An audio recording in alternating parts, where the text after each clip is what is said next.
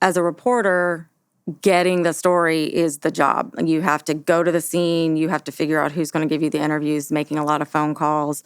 And sometimes you do have support back at the station. Yeah, and then I think sometimes a story happens and you are like, why didn't we know about this? Because when I was a crime reporter, you made beat calls. You just were supposed to be finding out. However you get these scoops and that secret phone call.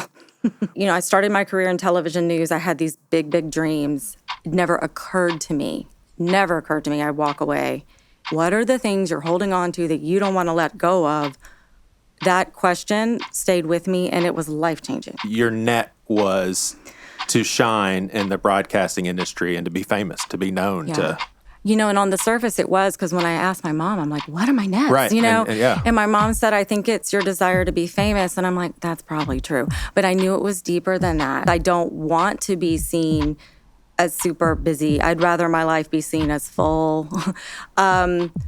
What's my resume look like? How many people know who I am? How effective am I? Am I moving up the totem pole at my workplace?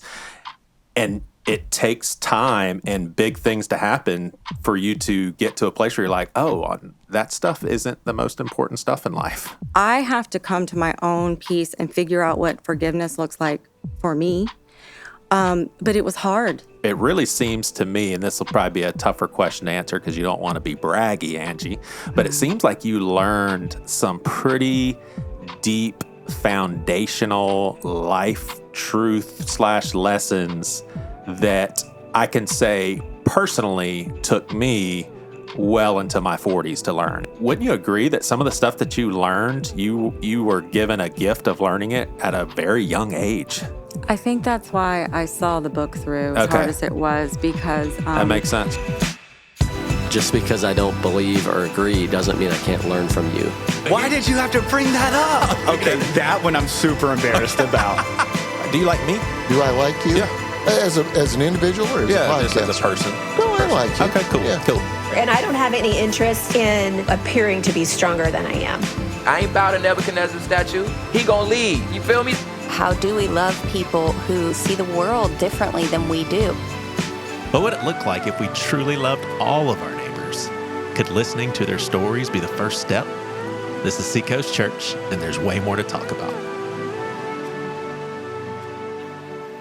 What were we even doing right now? In the back part of my mind, I had this gnawing feeling like I was running out of time, like I didn't have a right to be there enjoying myself when there was still so much to figure out.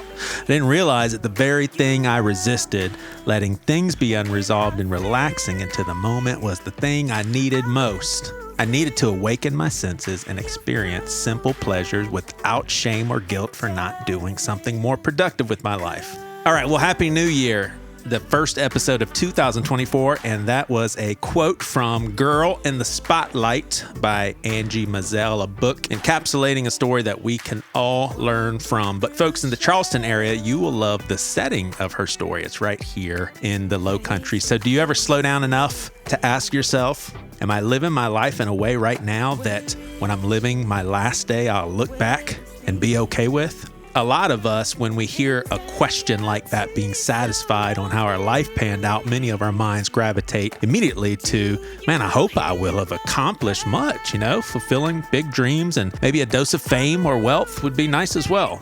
And that right there is when we should pause and ask ourselves, if all of the things I think of as a good or successful life are all the things that I can't do anything with in the end, am I living for the right thing? So Angie was a local news anchor here in Charleston with big dreams of becoming well-known nationally as a news reporter. She was daggum good, so this wasn't a far-fetched notion. But you'll hear a story of an awakening that happened over time until the revelation was complete. Her dreams and what her whole life was being built around was all rooted in desires that would never lead to deep contentment and peace. It's a story of how she dared to lose this life she dreamed of in order to find the depths of her soul that would lead to the life that a good God made for her to have. But Angie Mizzell, you're not nervous about this, right? This isn't, you were in broadcasting, so this is like child's play, right? Or is it a little nerve-wracking? Yes. Yeah. It is, but then the energy kind of moves through. Yeah. And I do think the cameras make it a little different. It changes something about it. But Right. I always wonder what it would be like to do radio. That seemed like a lot of fun. Yeah. The times I've done radio interviews, there's something about the headsets that make you feel like you're saying important things. Right. Right.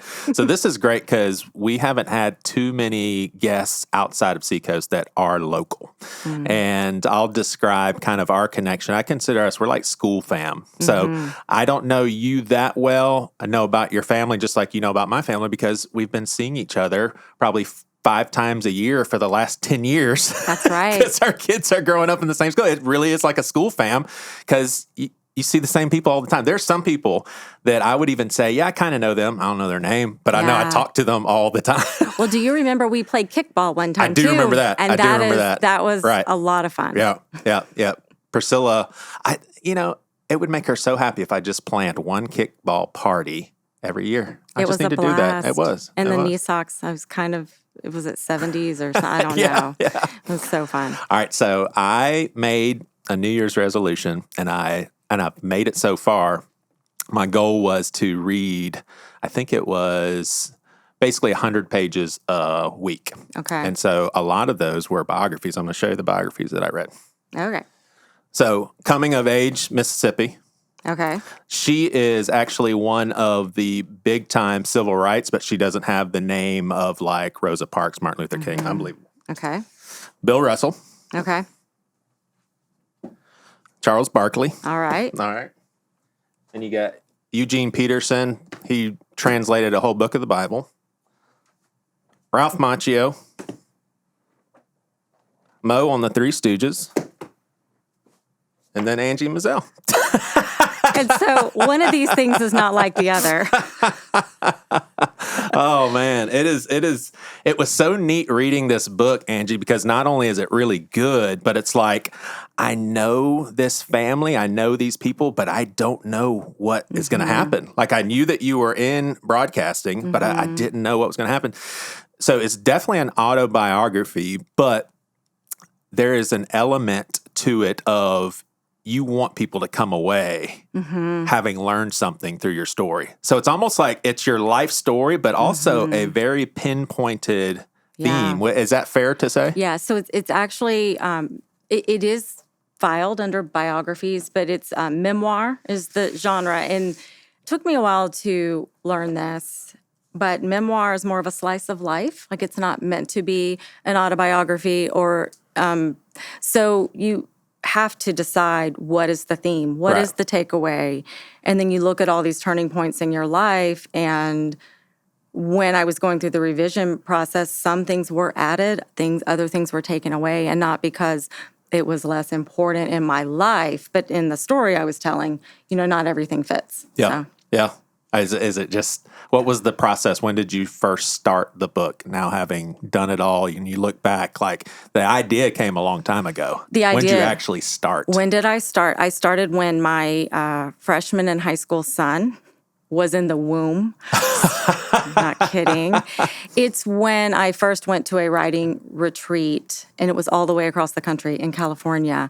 And it was a weekend of, what do you do, a mind map? Right.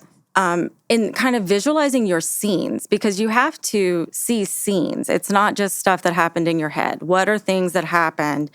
And I left with 1 or 2 scenes. So if you remember a scene where Sean and I are in Portland and I'm standing on the roof and I'm kind of like, I think I want this life. That scene has been there since the beginning. Yeah. Yeah. Now, I was not sitting at a laptop. Maybe I started so long ago. My keyboarding class, sophomore year of high school, we had typewriters. Right.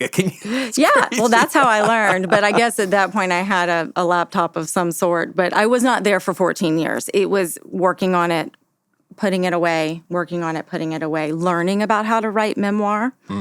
I write short form essay almost intuitively, but putting all of that in one. A book is very big. And so just to get it to where I could even see the whole story in my mind, I mean, it took a long time. Yeah. there seems to be a uniqueness in how you it's very effective, it's very moving, and it's like, Angie, do you not realize the bomb that you just dropped on us and now you're moving on to something else? But it's there's something profound about it's not like you're being flippant about something, but this is what it is, moving on. I'll read an example. This was the biggest bomb, Angie. Well, there's two of them, but one of them was during our early phone conversations, I learned that Sean had also grown up with a lot of loss. His dad died suddenly of a heart attack when Sean was 8. So this is your husband.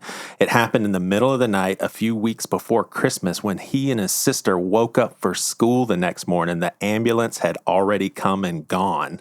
Their mom broke the devastating news. His mom remarried once and quickly divorced. And moving on to, then you start talking about more about Sean's personality and all that. But I read that and I was like, oh my gosh. Like I could not imagine. And I know tragedies and stuff like this happen all the time, but kids waking up in the morning like, where's dad? Oh, well, he's died and he's not with us anymore. And I think, some of that is my writing style.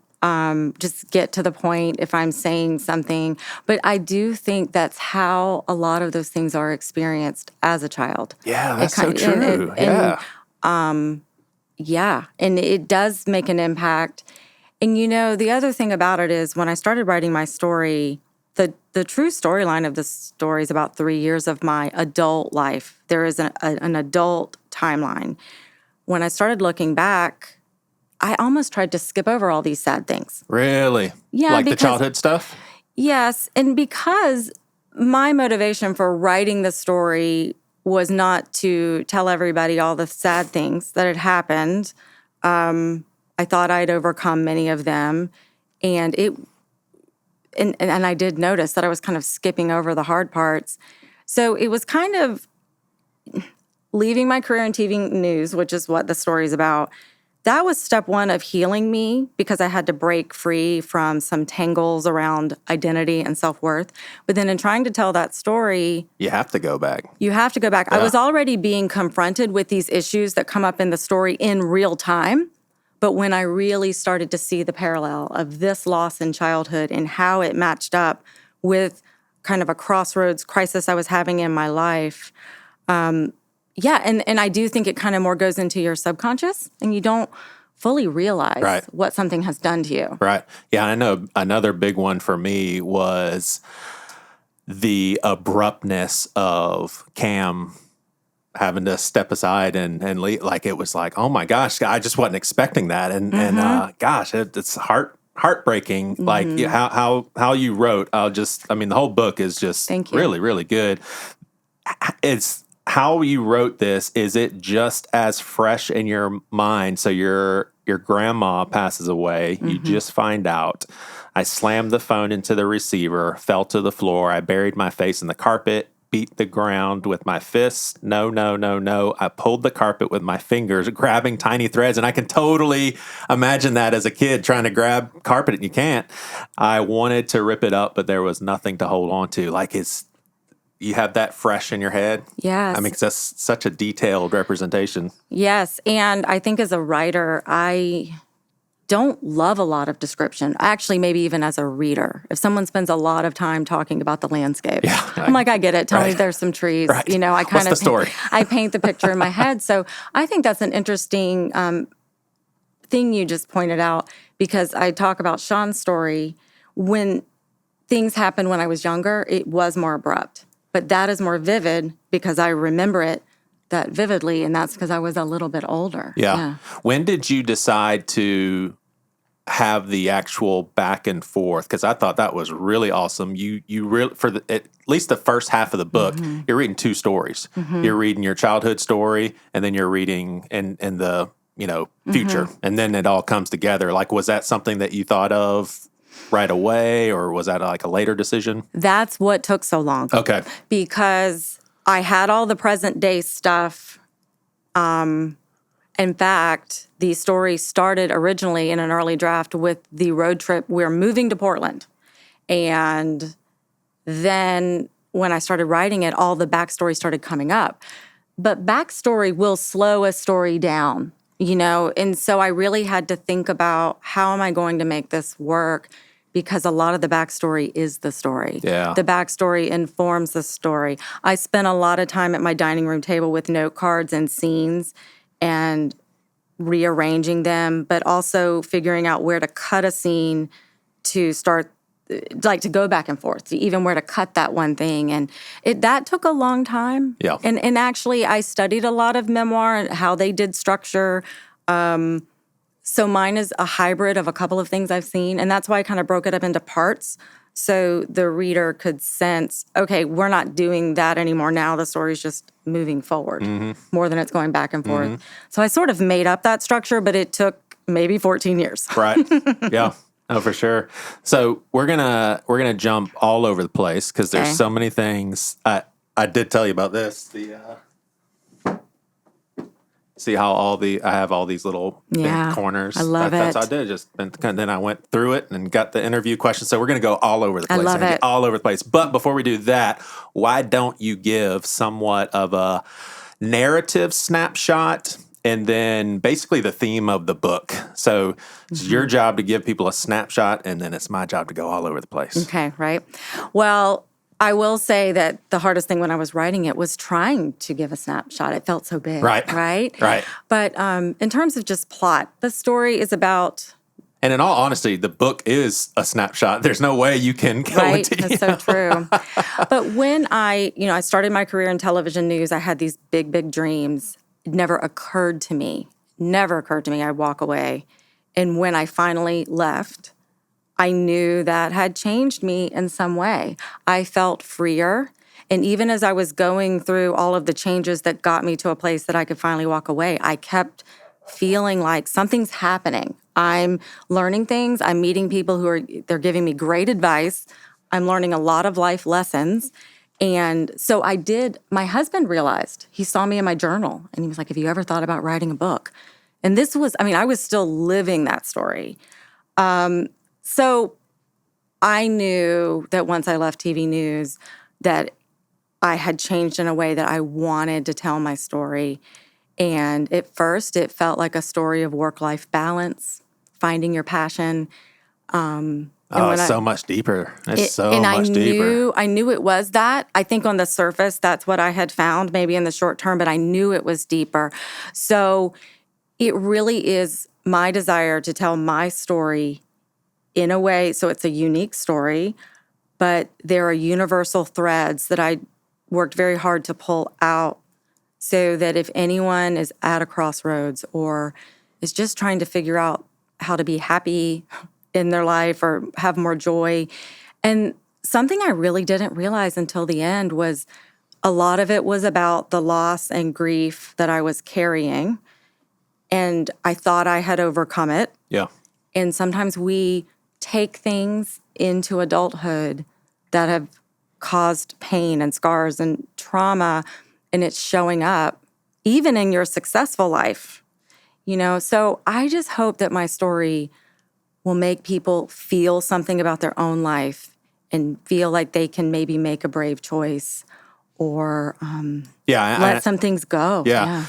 Exactly. That's funny. I just wrote letting go. I think the letting go that you describe in your book, your story, it represents a general letting go that I think all of us will need to do with something in order to move on to a more fulfilling season of life. Like there just has to be. There has to. I think we all do that because there's like a certain aspect of life where we're in this mode of what can I do? What can I produce?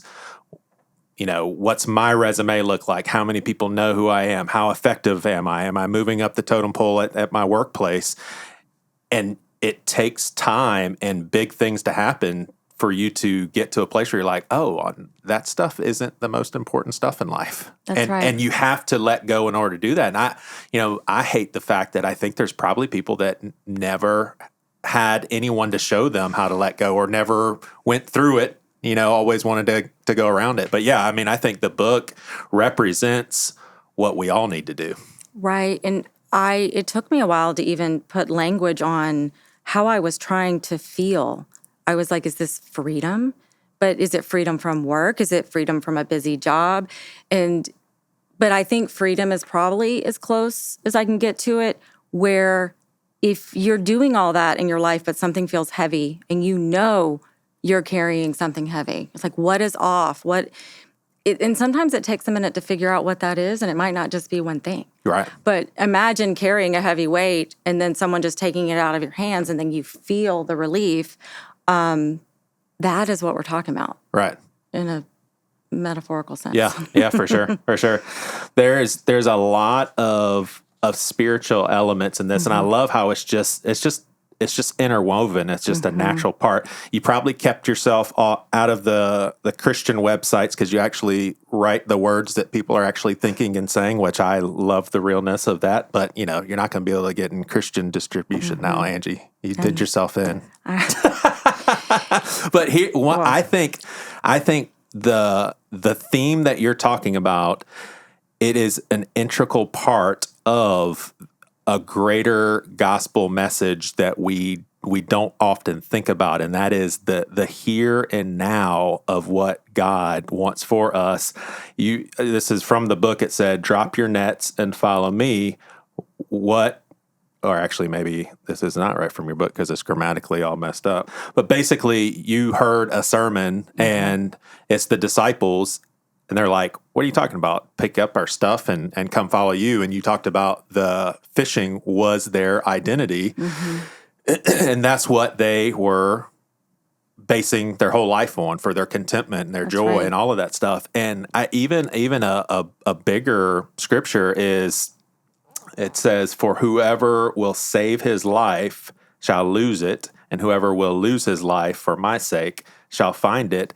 And that is what your story is. Like you went through a process of losing what you wanted to hold on so badly, but you learned at a deeper level, this isn't what is going to bring contentment. You lost it and you gained your soul. That's right. I mean, right here in the here and now, you have lived your life in a way where you have your soul because you weren't constantly running after the fame. Like that was what you wanted earlier on in life, and you realize, hey, this is not what's going to be fulfilling. I mean, I just think it's huge. That's right. And I was sensing that the whole time. And, I did grow up in church, and I found a lot of comfort in high school, in my youth group, and a lot of mentors.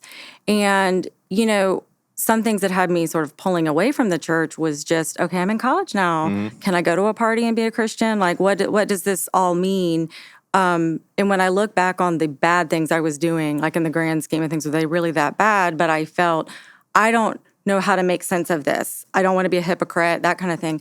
But that is a major turning point in my story, in my life, was going to church for guidance in that sermon where the pastor essentially asks, what are your nets? Right. And he took a sermon that I'd heard many times about the fishermen who drop their fishing nets to follow Jesus so they can have abundant life. But he turned it on its head where he said, imagine how their identity is so wrapped up in the fact that they catch fish. But imagine, how heavy those nets are. And when he turned to us and said, what are your nets? What are the things you're holding on to that you don't want to let go of? I knew, but I didn't know what. I didn't know what it was. It felt very deep and profound, but that question stayed with me, and it was life-changing. Right. And your net was to shine in the broadcasting industry and to be famous, to be known, to... and on the surface it was, because when I asked my mom, I'm like, what are my nets? Right. And my mom said, I think it's your desire to be famous. And I'm like, that's probably true. But I knew it was deeper than that. And it was more about how, first of all, I was gifted in that business. I had skills and talents that allowed me to do that job well. And I did enjoy it to an extent. It's about how, when I was experiencing loss in my life, I unknowingly started turning to that praise and turning to the spotlight It's like I'm feeling a void here in my life. I know how to get the love that I crave. Right. I'm going to go do some things in the spotlight that make people proud and love me and praise me. And that is different than I want to be admired for being famous. That is just, I was craving something and I'm like, well, I know how to get it. Mm-hmm. And if I stop doing this, what does my life even mean? You know, I just wanted to be seen and known and validated, that I didn't know how my life would feel meaningful if I wasn't performing in some way. Right. And that was my net. Yeah. Yeah. And you said that you realized at some point that you never were searching for fame. You were searching for home because of all of the loss that you experienced. So you're very straightforward with an alcoholic father. And then you had Cam, who actually adopted you, and then how long did he stay in the home? Like, how long was it in the home? 5-7 years. Yeah. From dating my mom to marrying my mom to leaving. But they were married. He was in our house 8 years old to 13. Yeah. Yeah. Yeah. And you were, there's a therapist on staff here, and we were just talking, and he was talking about a different situation, but he said that the problem for all of us is that we try to meet a good need just in the wrong way. You know, so that's right. We all need a home. We all need deeper connections. We all need that. Was your search or was your being void of home due to the daddy situation, in and out sort of thing? Did it also play into losing your grandmother and such a, horrible time in your life? Like, why do you think the home was missing, that feeling of home? Well, you see in the early pages of the book that there was this sense of home at my grandparents' house. And that's why when Cam came into our life, I have a line where I say, I didn't even realize anything was missing until I find myself sitting at a dinner table with a mom and someone who can be my dad. At the time, he was my stepdad. And I'm sitting at the dinner table, and it just occurs to me, oh, we're a family, and I want that. And we had moments where it really felt like I'll hear certain songs on the radio, and whatever makes someone feel at home, whether it's a smell, it's a song, it's just, going to somebody's house on Thanksgiving. It was more of a feeling I was going after. And so I do think that family unit falling apart, that was part of it. But then it was almost like several losses in a row. My grandparents die. Cam has left. My mom is finally starting to spin out a little bit because of her loss. And because there wasn't just alcoholism, there was abuse and things like that she had never processed. This unprocessed trauma and grief. So all of this is happening while I'm being a teenager. I'm popular. I'm a cheerleader. I make good grades. And so I went, you can go Homecoming queen? Were you homecoming queen? No, but I was. Are you sour towards the girl that was? Did she beat you just barely? Slightly, but she was the matron of honor of my wedding, and she deserved it. She totally did. But I wanted to be homecoming queen. Did you really? Oh, yeah. Oh, I'm sorry for bringing that up. My bad, Angie. But my senior superlative was most school spirit, if that gives you any idea of the sort of energy I brought to a space, and I was filling the void. I have... she was the secretary at my high school. She came to my book talk, and she was so proud of me. And she was a proponent for me then, but she was like, I just didn't know you seemed so happy. And I said, well, I think in those moments that you were interacting with me, I knew how to find happiness. I would go hang out in your office during my free time, and I just was always searching for that. So, but the key thing is, and this was hard to illustrate in the book, and I really had to dig into what was going on with me. My career aspirations were developing and taking shape as my losses were compounding. Wow. And it really was this timing of deciding, I was watching Nancy O'Dell, who went on to Entertainment Tonight. She anchored a morning show here in Charleston when I was a senior. Not only was I watching her, people were saying, you could be like her. in the meantime, I was so lonely at home. And I guess I look back on those times and I remember feeling lonely, but I just never stayed in that place. I hung out with my friends. Yeah. I just filled the void. Yeah. And there's really nothing wrong with that. It's like, I think that's what most people do. So I had no idea. I thought I had overcome everything. Yeah. Yeah. And it seems like it would have even been more confusing, like when you started to realize, okay, adjustments need to be made. I'm in it for reasons that I don't want to be in it for, but you were also so good at it. Like, did you ever grapple with, like, was there ever a time where you're like, this is not my life calling, and I know that, and there's the line, I know it. It seems like in the book, like it just unfolds because it was something that you battled through for a very long time, which I think with something this monumental of a shift from your days as a young child wanting to do this, for that to shift is going to have to take a really long time. But did that conflict you a little bit more that you were so good and lauded and, kind of a local celebrity? I mean, I'm just seeing this in my head now. Like if you were to track it on a graph, like starting out very green and inexperienced, and then as my experience starts to rise, my desire to do it started to go down, and it did make it hard. Yeah. Because in the beginning, so it was always hard, but in the beginning when I was making mistakes and I was so stressed, it was still a means to an end. I still had this goal and this vision of a life I was trying to attain, so I was paying my dues. And then you do start to get better and you start to gain credibility and you actually start to feel like a grown-up. I'm like, oh, I'm a real adult now.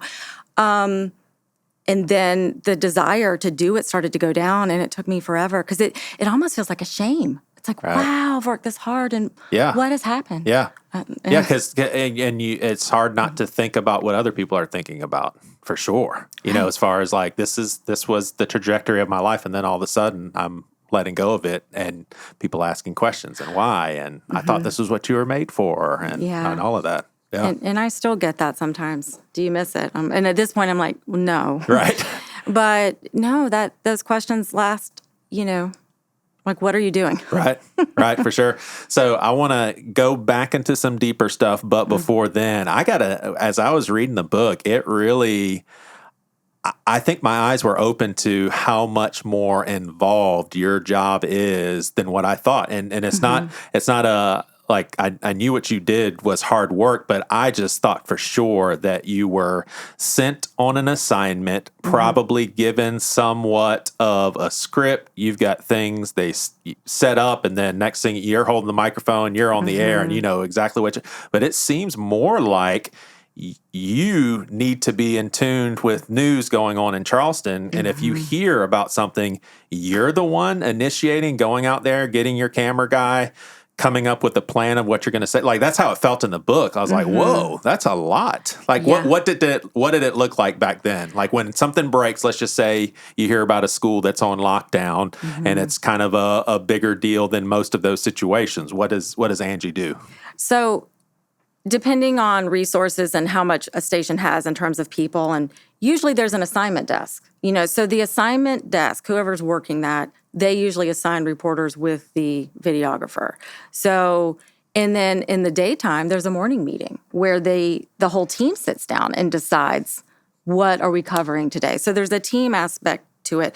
But as the day progresses, things start happening, news breaks. And when that happens, somebody gets that call. And it's either the reporter finding out or the producer finding out. And then it's just a quick, who's going to do it? Grab your photographer, let's go. And as a reporter, getting the story is the job. You have to go to the scene. You have to figure out who's going to give you the interviews, making a lot of phone calls. And sometimes you do have support back at the station. And then I think sometimes, like, depending on how much upper level management support, sometimes a story happens and you are like, why didn't we know about this? Because when I was a crime reporter, you made beat calls. You just were supposed to be finding out. However you get these scoops and that secret phone call. Would it help if you had like a friend in the police department? Oh, absolutely. Yeah. And I thought I did at that point, like later. And I'm like, well, I guess. We're talking about a scene where I'm like, how do we not know about this? And sometimes you just don't know where the tip came from. And it could have been as simple as a viewer calling that particular station and maybe it happened so close to news time, and they win, it's like, why do they have that story and nobody else has it? Right. It was a terrible feeling. I mean, you gotta tell me are there like disastrous moments that you can think of? I think you told one of them, but I mean, like what you did, I can't even like speaking to a live television audience. I mean, we all know what Will Ferrell said when the teleprompter was up on Anchorman. I mean, it's live. Everybody hears it right there. But like, have you ever been on camera and you're just like, I just want to crawl into my bed, crawl into a hole because you messed up? Or, I mean, it has to happen early in your career. I have two things that come to mind. Oh, my goodness. Well, I have a lot of embarrassing moments where, I mean, I really was in a forest fire and the fire. Not metaphorically. I wasn't in a burning fire, but we were in the forest. The fire official's like, the fire is contained. And I'm like, but he said we still have to keep an eye on it. I'm like, so what you're saying is we're not out of the woods yet. And it was the next day. I was curling my hair to go to work. And I was like, I said, we're not out of the woods yet. And when I walked into the newsroom, everyone was like, Mizzell, we're not out of the woods yet. But do you think people took that as, that's a really insensitive joke? She shouldn't joke around about this forest fire. I have no idea. But when I played the tape back, even the fire official was like, that's correct. It was terrible. But there were a lot of times. And then there are other times that it's easier than you think because you get used to it. Right. But anyway. Yeah. Read another passage, and you say, what were we even doing right now? In the back of my mind, I had this gnawing feeling that I was running out of time. Like I didn't have a right to be there enjoying myself when there was still so much to figure out. I didn't realize that the very thing I resisted, letting things be unresolved and relaxing into the moment, was the thing I needed the most. I needed to awaken my senses and experience simple pleasures without shame or guilt for not doing something more productive with my life. I just love that. And it's crazy how productivity and busyness is a badge of honor nowadays. Like if somebody says how you're doing and you're like, oh man, just super, super busy, like the reaction I think for most people is like, oh, okay, well that's cool. You're doing something. And man, I have just recently, I've been through a mental health crisis back in 2019, and just, my life has just been improving so much in the mental health department. But just recently, I'd say in the last couple of years, I have been able to, and it's not like I've been a deadbeat father. I've been very involved with the kids' lives, but in my head, I wasn't enjoying it like I could, because it's like, okay, this is family time, but there's so many things that I could be doing, so many things I could be producing and editing and getting this done and getting that done. I wasn't super present. And now I love the thought that if I look at my calendar right now, outside of some kid activities, I have nothing going on tonight, and my plan is to just be present at home. I mean, just to be present at home. But that is such a freeing thing. But wouldn't you agree that nowadays it's kind of like that's not really celebrated? No, I don't know if it ever is. You just being present? Right. Yeah. Well, no, I mean, as far as not having busyness, not being, and actually value. It's not necessarily a value. Right. Like if someone says, "Hey, how are you doing? What you been up to?" I've been very disconnected from work stuff and just taking a lot of downtime. That statement in itself, you're like, "Oh, you're kind of lazy." Well, no. What if that person's taking time off and recharging? That's right. That's right. And my husband, Sean, and I have talked about this. We're more aligned than we come across. We have different personalities. Yeah. But he likes to use the line, "Yeah, I'm super busy," because he uses that to set boundaries with people of like, don't expect a call back from me, that kind of thing. I don't like to use that as an excuse because I don't want to be seen as super busy. I'd rather my life be seen as full. we are learning, and through having a husband like Sean, that you can be very busy and present, but you have to take those moments when they're there. Yeah. Our kids are very busy after school. We may have one night a week that we're all in the same room for dinner, and it might be 15 minutes, but then it's like sometimes if we find somebody on their phone, we're like, put your phone away. Like, we're hanging out. Right. It's more of a conscious effort, and you just have to keep practicing because we're being present right now, right? That is something I've learned. If I'm driving and I'm not texting or I can be present while I'm driving my car. Right. So my therapist has said this line many times. She's just like, when you're washing the dishes, enjoy just washing those dishes. You just be present. Yeah. And maybe you don't enjoy it, but you could experience it, like just even noticing how the water feels, because it takes your brain out of what it's like. My brain's always trying to solve every problem all the time, and that's why I can't relax. Yeah. But if you're in the moment, there's rarely a problem in the moment. Right. I mean, sometimes there is, but rarely. Yeah, for sure. Reading your memoir and like thinking about the age that you were going through all this, it really seems to me, and this will probably be a tougher question to answer because you don't want to be braggy, Angie, but it seems like you learned some pretty deep foundational life truth / lessons that I can say personally took me well into my 40s to learn. And you're going through all of this in your 30s. Like, as humble as you want to approach it, like, wouldn't you agree that some of the stuff that you learned, you were given a gift of learning it at a very young age? I think that's why I saw the book through as hard as it was, because that makes sense. Yeah. So a couple of things were happening, which is usually what's happening in my brain. 2 things at one time. As I was going through it, it felt profound. Even on the worst days, I'm like, I feel like I'm unraveling, but maybe this isn't bad. And I was turning to my journal a little bit. So this inclination to kind of document some moments that was there. And I also know it because people have told me I blogged a lot when my kids were young. And I've had a lot of people 10, 20 years older than me just say it in my blog comments. And maybe that's even why people, not necessarily in my stage of life, would read my stuff, because I was always writing through this lens of, there is this theme. You had asked earlier about like, what is the theme? And I used to say, and I don't like it, but it's like redefining success. But I had to untangle from what we as a whole think it means to be successful. Yeah. And that I was already parenting through that lens. And you can still have goals and you can still work very hard. It's just a different approach to it when you're not going after it from a place of lack or feeling like you have to prove yourself. That, and it's kind of heady stuff. It's something you have to feel and experience to understand. Right. But yeah, I do feel like that is why I wrote a book, because I was untangling in a way I never imagined. Yeah.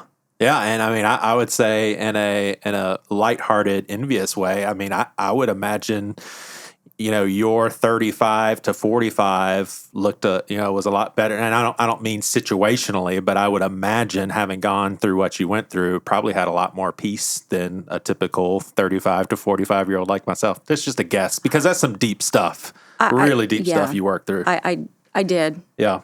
Yeah. Have peace, not, I don't know, comparatively, but I did feel pretty okay. Yeah.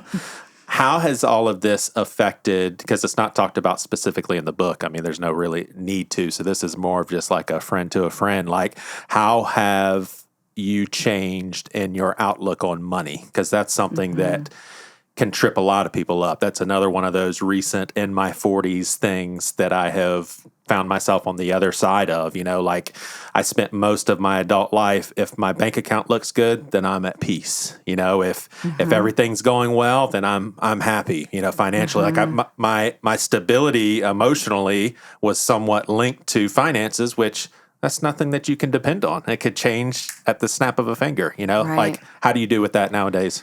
Well, when I was in my television career, money and getting more of it was a balm for working harder. It's like there has to be a payoff at the end. So I don't know if that's necessarily a good, it wasn't a good path for me because I understand math and I know how to pay my bills. So I just want to be clear about that I've got really good credit. Like I know how to do that, but money doesn't motivate me. Like what's going to make me get up every day and work really hard? It has to be something else. And then if money comes and if you believe in your value, well, to me, that's more about learning to live in abundance. But, I know some people are more motivated by money than others. Right. For me, what I tell my kids, I don't ever want to be your dream crusher, but you may need to have some side hustles because you can pursue anything you want to, but you will also have to figure out how to pay your bills. Right. And now that we're a dual income family, and I'll just say this openly, my husband is more of the breadwinner. Mm-hmm. If I had stayed on the same path, we would have been a dual income. I mean, who knows how much money we would have right now. And I've also had professional work where I was able to keep us afloat while he was in a transition. So in our house, I'm fortunate that we have 2 adults, but there's enough. Like if I can pay my bills and we have a little savings, then I'm almost at a place where I'm good. Yeah. But that's different for everybody as long as it's not tangled up in your self-worth. But I think also some people are motivated by money, and that's okay. Right. I sort of feel that way too. Right. Yeah.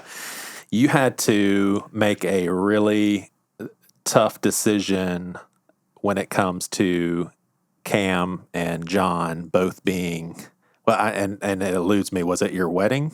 It was my wedding. It was your wedding. Mm-hmm. And gosh, that was such a deep thing because so just for our listeners, John is your biological father, and basically Cam, you refer to him as your father, Cam, your father who adopted you, had to tell you that, listen, you're going to make your own decision, but it's either him or me. And it was not, at least how I read it, it wasn't in a snotty, if he comes and I'm not coming. It was because he knew what that would do to your mom. And so you were put in a position, and I don't mean that in a bad way, but you had to make a call that would hurt someone that you care about, but it was out of loyalty to the people you were connected with. And I have been through a tumultuous journey when it comes to friendships recently, and there was a need, like in our circle of friends, I needed some of my friends not to hate the other guys, not to be even mad at them, but I needed some of them to be like, in this situation, you're not the one that's messing up. Like we've got your back. Like I needed that sort of, okay, they understand the situation. They know my perspective. They know what those other guys are saying. And I feel like I have camaraderie. And that's what it seems like your mom needed from you. And I would say as a very reasonable thing in her heart to need. But, walk us through that. So that scene, and it's so surprising because it does carry a lot of depth. It was hard to write, and it's maybe 2 whole pages out of the book. Angie style. Angie style. We're just going to... there was a lot of layers there because my loyalty has always been to my mom, and that loyalty was never out of any obligation. She was my mom. And my loyalty was to Cam because he was the father that I longed for. I longed for him. So in that moment, I almost felt like he was stepping up and stepping in and maybe doing something he should have done a long time ago. I feel like I was sort of left alone. This is how it felt to me, to navigate this relationship with my biological father. And I was always coming at life like, I don't want to hurt anybody. So I'm willing to listen to John, apologize, and make amends. And I have to live with myself at the end of the day. I'm not going to turn somebody away who's trying to make things right. Into adulthood, John and I have continued to have a relationship. I'll say we don't right at the moment because the book coming out was kind of hard. But he knows my kids. But it has always been a source of stress because I've had to keep that area of my life separate. But what's really important for me and what I want people to understand is part of this story was about me untangling from everybody else's feelings so that I could figure out how I felt. So I actually knew where my true loyalties were. And this was the hardest part, to have a relationship with John in any form. I can understand to my mom why it felt like a betrayal, but to me it was not. It's like, this is somebody I have to come to my own peace and figure out what forgiveness looks like for me. But it was hard. And I think that there's the line where I say, I have a conversation with John, and even though our relationship in the book doesn't go any further, I tell him I forgive him. I hope that he can forgive himself. And I finally become my own advocate. Like, I needed this adult advocate for me in this regard, but I finally learned how to do it for myself. So that meant having a relationship with all three of them in my own way. And it did not mean that everybody came together at the holidays. It meant that I had to find my own peace in my own life. And I do feel like I've had that. I do think sometimes there's fallout in telling your story. Right. But there was no malice in telling the story. Right. Yeah, that had to have been hard for sure.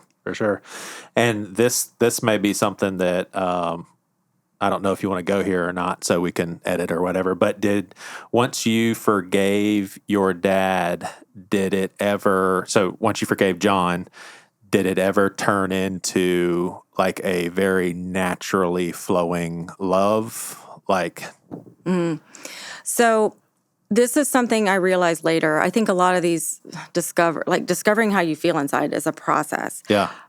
Which when you were talking, Angie, it just made me realize how ill-equipped kids are when it comes to the relational dynamics of parents getting a divorce. Kids are just developing. They don't even have a deeper level of critical thinking when it comes to social stuff. And here they are thrown in the middle of, and that's why it's so important. Sorry for cutting you off. It's so important that parents, no matter what the other person is doing, doesn't poison the water of the other person, because it's just no good for the kids. It's just no good at all. Like I've in my family, there's two situations where a divorce happened, and one of the husband or the wife poisoned the water for the kids for the other one, and it messed them up. And I imagine that John has felt that way, but I know for a fact that this story is really pulled largely from my memories and some basic fact checking. So in the situation with John, I did not have that initial attachment. It never formed for me as a child. So that was the difference. That makes sense. Even though there was a curiosity about the person you may look like, it's your blood, it's your DNA. I did, as I got older, there was a curiosity about knowing this person, especially once he got sober.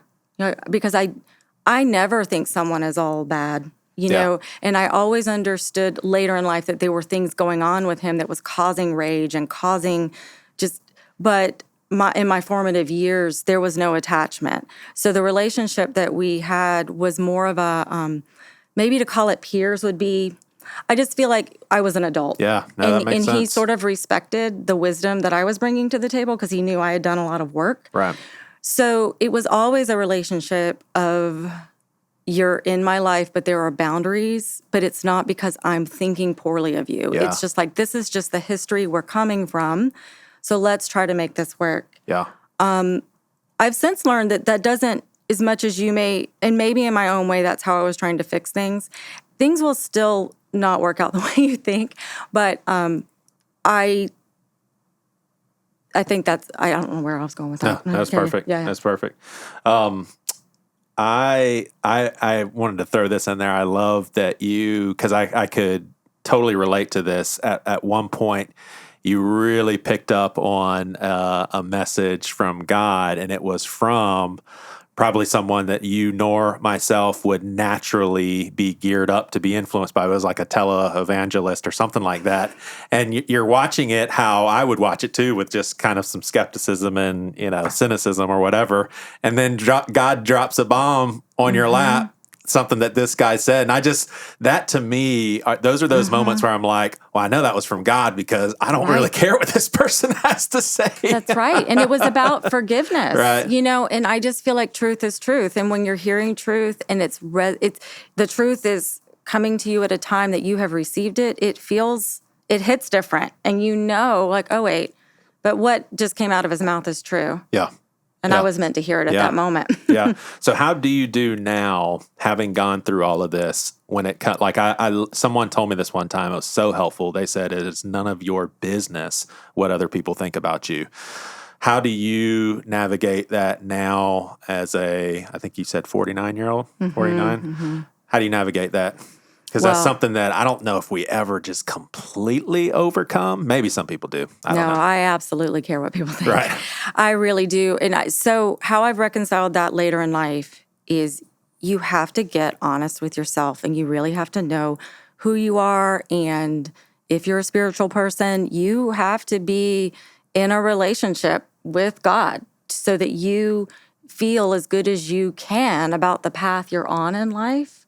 So I just know that it's my nature, again, to not hurt anybody. Like I'm not trying to hurt somebody. I understand that sometimes like putting a book out might hurt a few people, but that wasn't what I was trying to do. So, and I try to be conscientious and I try to see the big picture. So I'm already bringing all of that to the table, so if I'm trying and some people, let's just use the book for the example. I mean, this is the most vulnerable thing I've ever done in my life, but not doing it was not an option. Right. I have received so much praise, and I have not yet received the negative, but I know it's there.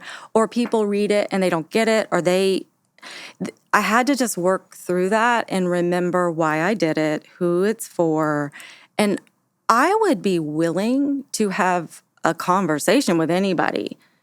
So what I started to realize is I'm actually scared that people are going to be downright mean or that people I love or care about, that people will turn away from me. And so I had to face once again my fear of loss. But it's like, is my fear of loss going to keep me from walking my path? And I finally decided no, because do you ever feel, it never feels awesome when it's almost like, can we just be blissfully ignorant that people aren't happy with you?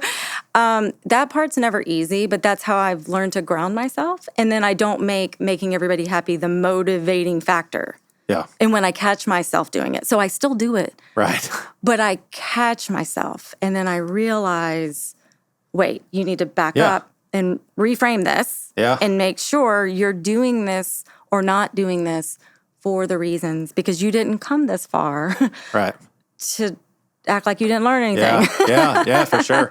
Yeah, and I think that's where the growth is in. It's not whether or not I have overcome something, it's how quick is my response cycle to reframe it. Like you said, you got to stop and be like, okay, wait a second. I'm attributing something to this that I don't need to be. And you do the thinking through of it. And I know for me, there's been certain things where I've done that enough and people told me this was going to happen. And I was like, I want to experience that. But you do that recalibrating enough. And then that thought, there's a new well-worn path to where it doesn't go to something that you get anxious about or down about. It goes to that more healthy path. And that's how I am with money. Like every time I worried about money, I had to slow down and be like, okay, money is like, when it comes to the most important things in this world, it's nothing. I'm going to be okay. That's not what's important. And, I had to tell myself, and now when I have like a money stressful thought, it goes right to, it doesn't matter. Like, I'm responsible with my money. I'm doing the best that I can. Outside of that, it's out of my control. Right. And that primitive part of our brain is just, we've worked that more, that muscle. But, Yeah, 3 more questions for you. You got time? Yeah, All right, sweet. So you'll know what I mean by this, and I'll explain a little bit. But do you ever have any what if Memphis thoughts today? Like, is that something that you, for lack of better words, will fantasize about? So would you consider Memphis the crossroads where that was the real beginning of you not going the trajectory that you originally thought? I mean, that wasn't when you were sure of things by any means, but do you see that as like a pretty significant juncture and not taking that? Not taking that job in Memphis, yes, it absolutely set the trajectory for my marriage and everything that we were going to do from that point forward. When I was writing that scene, I did pause. And I, looking back, know every real part of me did not want to go.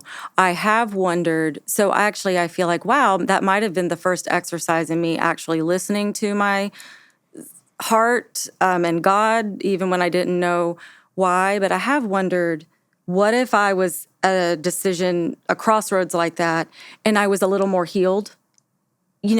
Would it have been as difficult of a decision? Right. I think the only reason there's any what if is because I had so much work to do still that it's hard not to have a what if. Like, what if I had already done all that inner work? And we were talking before about reconciliation and with people, and what we were just talking about earlier about our brains.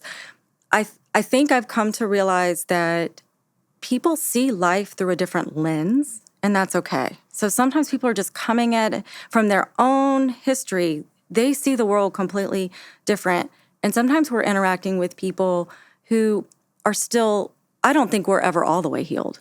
But some people are less healed than others. And it makes true connection difficult. Yeah. Yeah.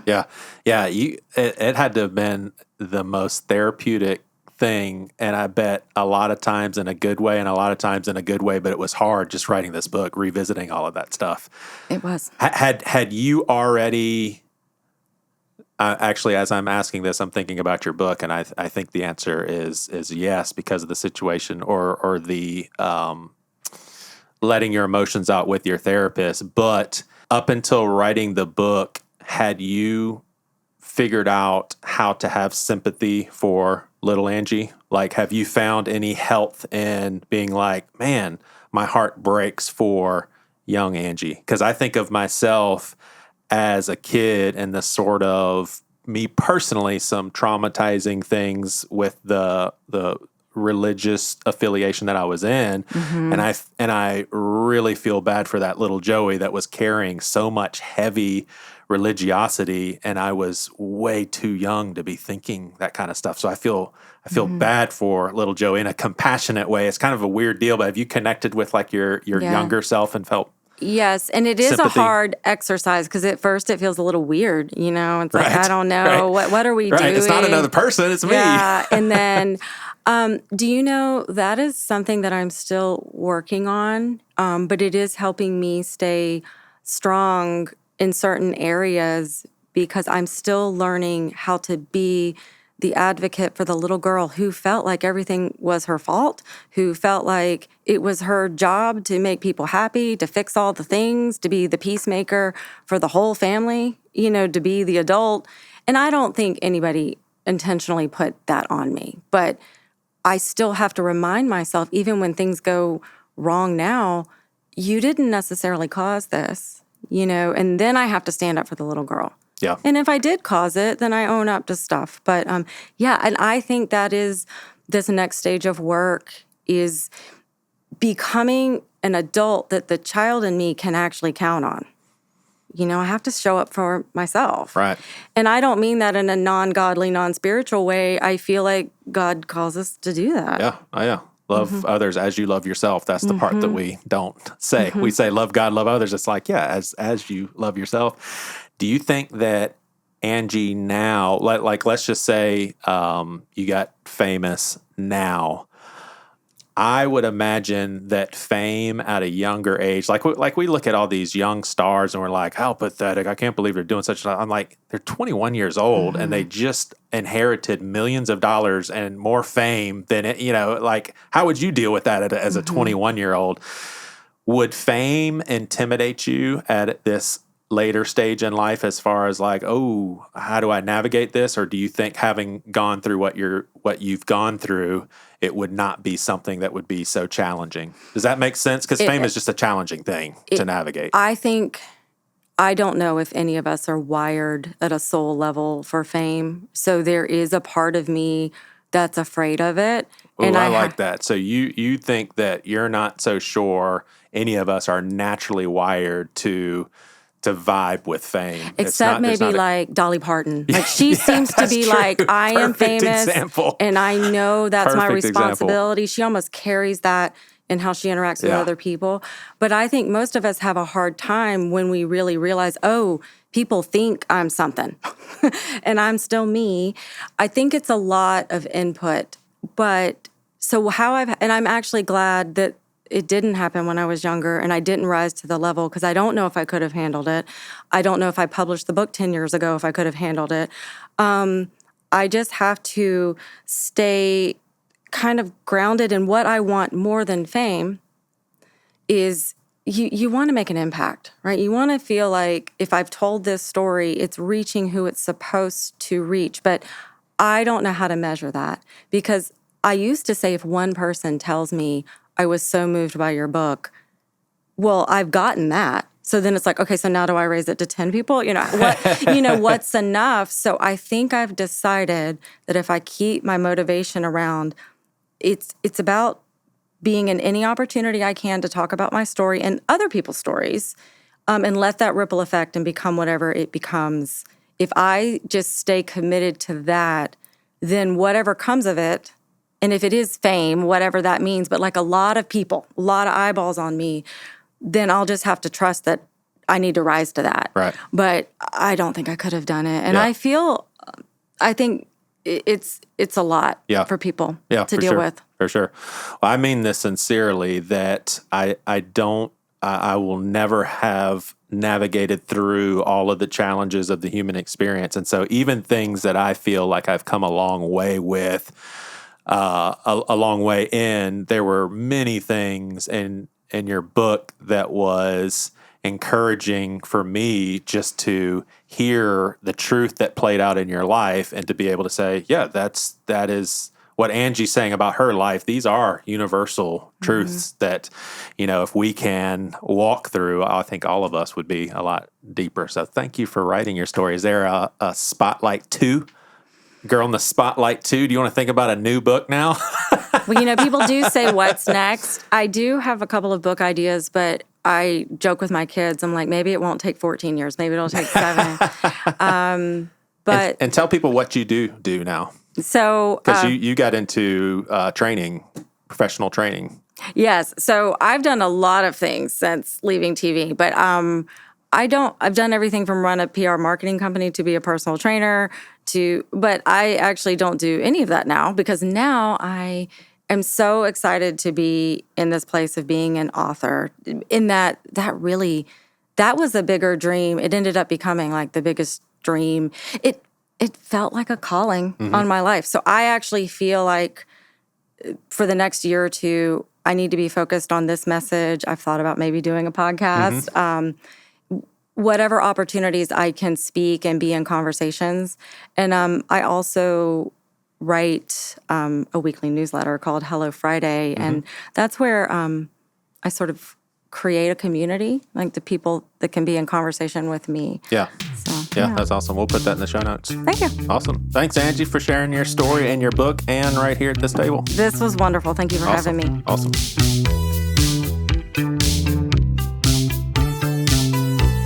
Thanks for listening. If you enjoy these episodes, we'd love for you to leave us a rating and maybe even a comment. We've loved the comments that have come in so far.